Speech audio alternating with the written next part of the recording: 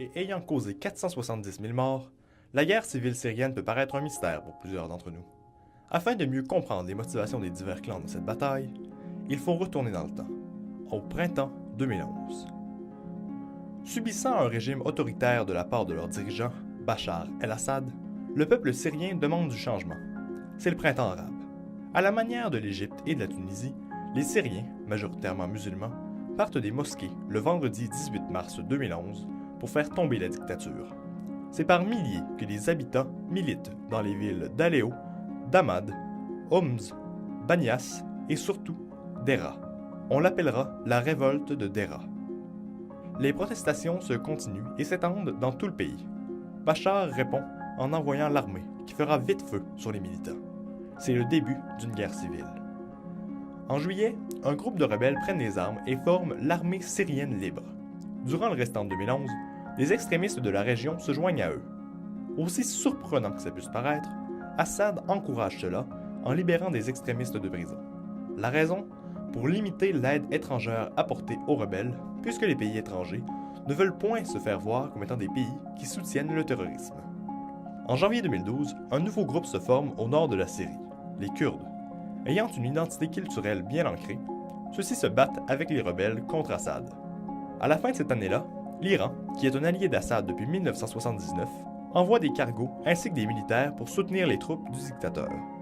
De plus, un groupe libanais du nom de Hezbollah va aussi supporter Assad aux côtés de l'Iran.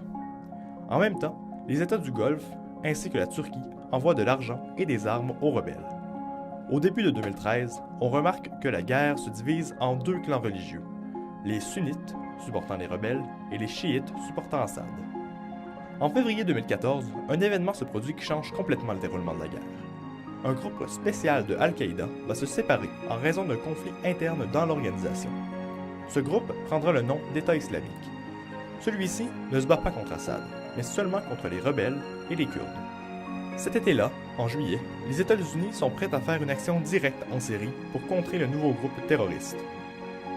Ils lancent alors un programme d'entraînement pour aider les rebelles à combattre l'État islamique. Durant tout ce temps, Assad a perdu beaucoup de terrain aux mains de l'État islamique et des rebelles. En septembre 2015, la Russie intervient.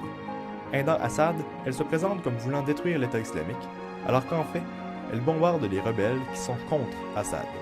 D'un point de vue international, aucune aide ne fut apportée par l'ONU.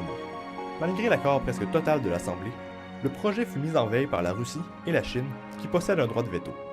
Cependant, le 11 février dernier, une conférence fut tenue à Munich pour régler la guerre. Celui-ci regroupe le ministre allemand des Affaires étrangères, le secrétaire d'État américain, le ministre russe des Affaires et un envoyé spécial de l'ONU pour le règlement du conflit en Syrie. Elle aboutit sur un accord provisoire sur l'approvisionnement humanitaire de plusieurs zones touchées et l'étude d'un cessez-le-feu le 1er mars 2016. La guerre se déroule encore à l'heure actuelle. Elle est complexe et fut à la fois une guerre civile, une guerre énergétique, une guerre par procuration, ainsi qu'une guerre sainte. Celle-ci a touché des millions de personnes dans divers pays et causé la mort de beaucoup de civils suite au massacre du régime syrien et de l'État islamique. En raison des nombreux groupes présents et des conflits internes au sein de même groupe, la fin de cette guerre ne semble malheureusement pas proche. Certes, la guerre laissera ce pays en ruine, avec une économie détruite et un peuple anéanti. Cependant, les experts pensent que Assad va tomber un jour, mais ils ne savent pas quand ni qui prendra sa place. Seul l'avenir nous le dira.